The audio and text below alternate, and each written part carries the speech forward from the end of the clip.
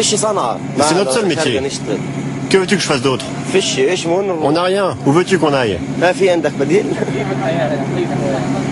Notre vie? C'est clair, c'est une vie d'humiliation. L'humiliation, les hommes des brigades Esdin al-Qassam, la branche armée du Hamas, ont décidé de la combattre. Combien sont-ils? Difficile à dire. Le Hamas cultive un grand secret autour de ces hommes.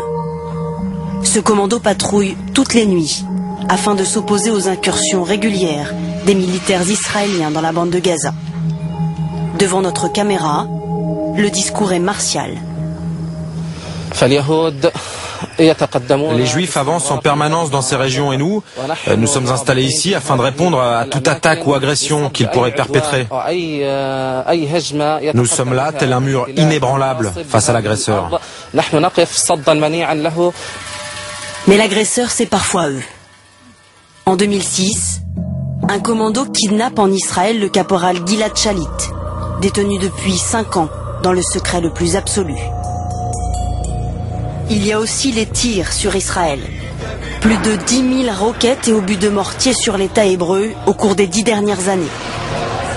Et l'équipement des milices palestiniennes évolue. Les brigades Al-Qassam possèdent désormais des missiles Grad d'une portée de 40 km. Ils sont capables de frapper les grandes villes du sud israélien. Mahmoud Zahar est l'un des principaux cadres du Hamas. Il fait partie des plus radicaux du mouvement. 2 de ses fils sont morts au cours d'affrontements avec les Israéliens. Celui-ci, c'est aussi mon fils. Il a été tué dans cette maison. Et celui-là, c'est mon gendre. Mahmoud Zahar assume pleinement les tirs sur Israël. Pensez-vous que la résistance par l'envoi de roquettes est utile? Si les Israéliens nous attaquent, oui, c'est utile. C'est une sorte d'autodéfense. Ce n'est pas notre intention, mais comprenez, lorsqu'il y a une trêve, si les Israéliens nous attaquent, nous réagissons. C'est donc une réaction, pas une action. Si les Israéliens stoppent leur agression, il n'y aura plus de roquettes. C'est un cycle infernal. Le Hamas et Israël se rejettent l'un sur l'autre l'origine des violences. Mais les 2 protagonistes n'ont pas la même puissance de feu. Fin 2008, après 2 nouvelles victimes en Israël, suite à une roquette du Hamas, l'armée israélienne entre dans Gaza. C'est l'opération Plomb durci. 22 jours et 22 nuits de bombardements massifs. Une punition collective pour les agissements d'une minorité. Car à Gaza, pas d'exode possible. La population est prise au piège alors que l'armée israélienne lance des bombes au phosphore sur des quartiers d'habitation. Une utilisation formellement interdite par les conventions internationales.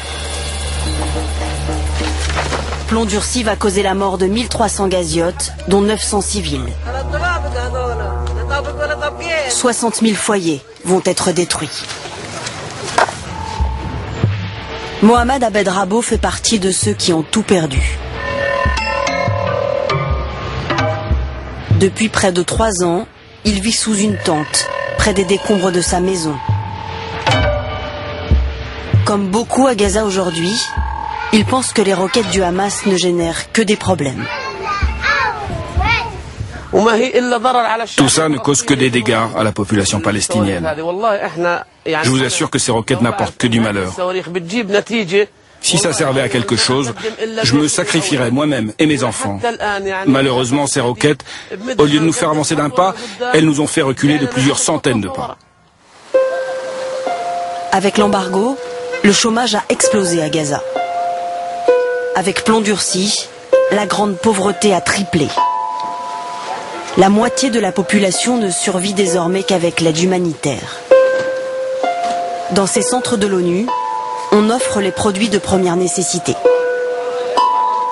Sans ces distributions, Gaza affronterait une crise humanitaire grave. Que se passerait-il si vous n'aviez plus cette aide? On deviendrait des mendiants. On n'aurait plus qu'à manger des vers de terre. Enfermés de toutes parts, les gaziotes ont dû faire preuve d'ingéniosité. Dès les premiers mois du siège, ils ont creusé des tunnels sous la frontière égyptienne. Car à la demande d'Israël, l'Égypte avait également fermé ses portes. C'est donc grâce à ces tunnels de contrebande que la population a survécu. Nourriture, vêtements, essence, tout entrait par là. Tout, y compris les armes du Hamas. S'il a fait souffrir la population, l'embargo aura prouvé son inefficacité à faire plier la détermination du Hamas. Depuis quelques mois, ce sont essentiellement des matériaux de construction qui arrivent par les tunnels. Du ciment surtout, toujours sur la liste des produits interdits par Israël. À voir les nombreuses constructions qui fleurissent dans la ville, l'embargo est une passoire. Et manifestement, la contrebande en a enrichi plus d'un. Ces appartements avec vue sur mer seront vendus pour plus de 100 000 €, alors qu'un quart de la population vit ici avec moins de 85 € par mois. Les riches ont droit à leur petit confort, les nouveaux immeubles proposent des abris anti-aériens. Mais selon l'économiste Omar Chaban, les nouveaux chantiers ne couvrent qu'une infime partie des besoins de Gaza. Il faudrait ici un véritable plan Marshall. Gaza est assiégée depuis 5 ans. Cela a créé beaucoup de besoins dans tous les domaines. La reconstruction de Gaza demanderait 3 ans, 24 heures sur 24, 365 jours par an pour être complète.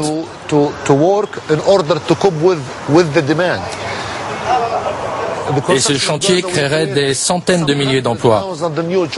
C'est pour cela que nous espérons la levée du siège. Nous voulons donner aux gens de Gaza l'occasion de vivre, de travailler et de profiter de la vie. En attendant, un hôtel de luxe a ouvert ses portes il y a quelques mois. La preuve d'un certain renouveau à Gaza. On s'y essaie même aux bonnes manières. Dans cet établissement 5 étoiles, le prix de la nuit est à 70 €. Pour l'heure, l'hôtel est désert, mais on espère un jour y accueillir les visiteurs étrangers. À Gazaville, on a aussi inauguré un nouveau centre commercial. On y trouve le seul escalator de la bande de Gaza. Pour ceux qui ont les moyens de les acheter, les étalages regorgent de produits. Beaucoup sont israéliens. Car en juin 2010, Israël, pressé par la communauté internationale, a considérablement allégé l'embargo. 300 camions entrent désormais chaque jour depuis Israël. C'est 4 fois plus qu'auparavant.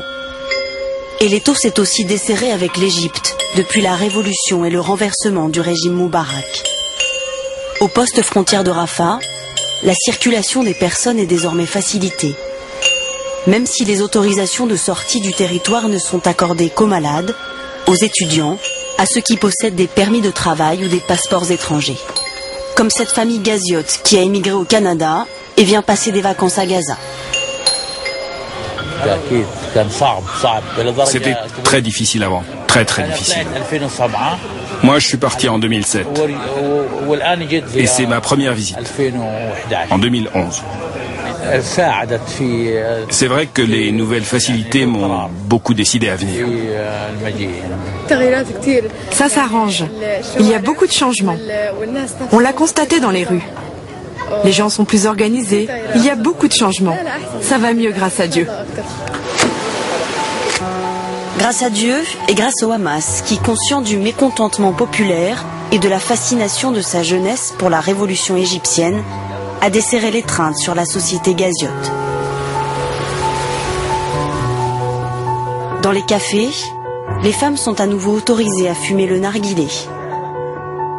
Mais les jeunes de Gaza ne veulent pas se contenter de changements de surface.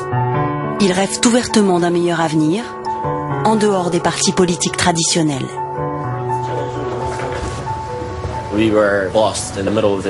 Nous sommes perdus au milieu de ce chaos.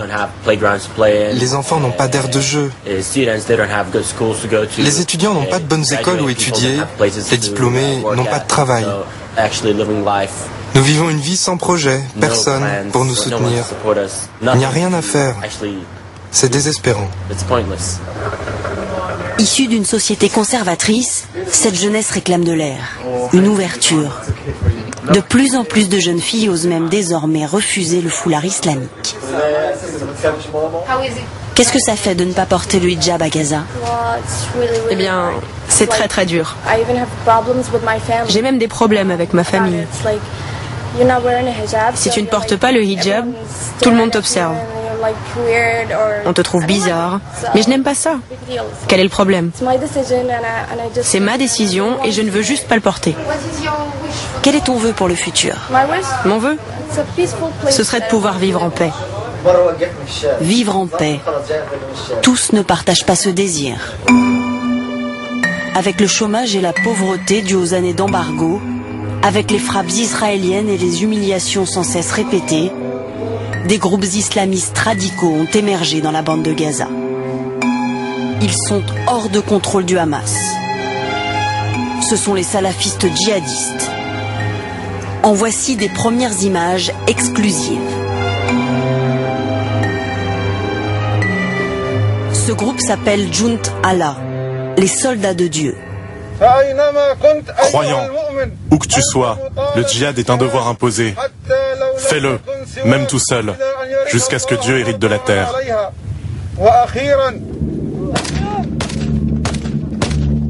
Ces hommes qui se laissent filmer à l'entraînement sont de fervents ennemis du Hamas. Ils le jugent trop laxiste vis-à-vis de la religion, trop mesuré à l'égard d'Israël. Ils lui reprochent aussi d'accepter des trêves avec l'ennemi sioniste. À Gaza, leurs chefs sont traqués par le Hamas. Eux se revendiquent d'Al-Qaïda.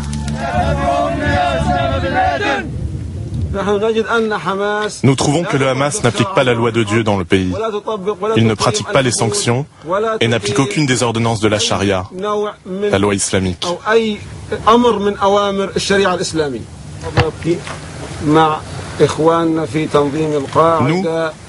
Nous sommes liés à nos frères d'Al-Qaïda, puisqu'avec eux nous avançons sur la voie du prophète et celle des ancêtres de la nation.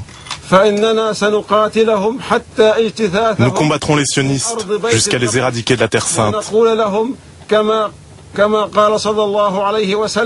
Comme a dit le prophète, par Allah, je viens vous égorger. Eh bien nous leur disons aux sionistes, nous aussi, on viendra vous égorger. Otage de ces extrémistes, la population de Gaza ne rêve pourtant que de paix et de reconstruction. Ce territoire était autrefois réputé pour sa douceur de vivre.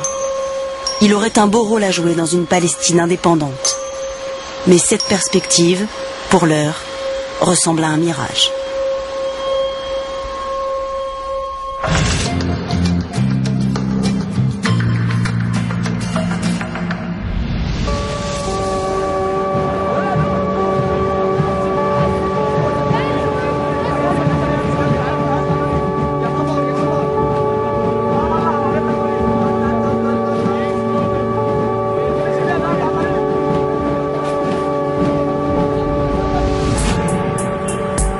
Le 4 mai dernier, le Hamas qui dirige la bande de Gaza et le Fatah qui dirige la Cisjordanie se sont officiellement réconciliés. Mais c'est l'autorité palestinienne toute seule qui s'est tournée vers l'ONU pour demander un siège pour cet État de Palestine dans les frontières de 1967. Alors de quoi s'agit-il vraiment? Regardez. Les voici les contours de la Cisjordanie, de la bande de Gaza et de Jérusalem-Est en 1967, avant qu'Israël n'envahisse ces territoires pendant la guerre des 6 jours. La communauté internationale les considère comme illégalement occupés. Après les accords d'Oslo, Israël s'est retiré de la bande de Gaza et devait rendre progressivement la Cisjordanie à l'autorité palestinienne. Mais avec la colonisation et la construction d'un mur de sécurité, les territoires contrôlés par l'autorité palestinienne ne représentent plus que des lambeaux de Palestine.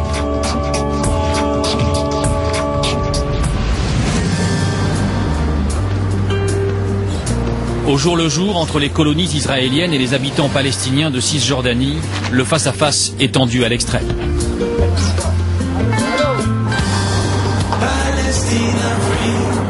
Caméras de surveillance, postes d'observation, les colonies sont des camps retranchés. 500 000 colons israéliens en Cisjordanie. Pas vraiment de place pour la négociation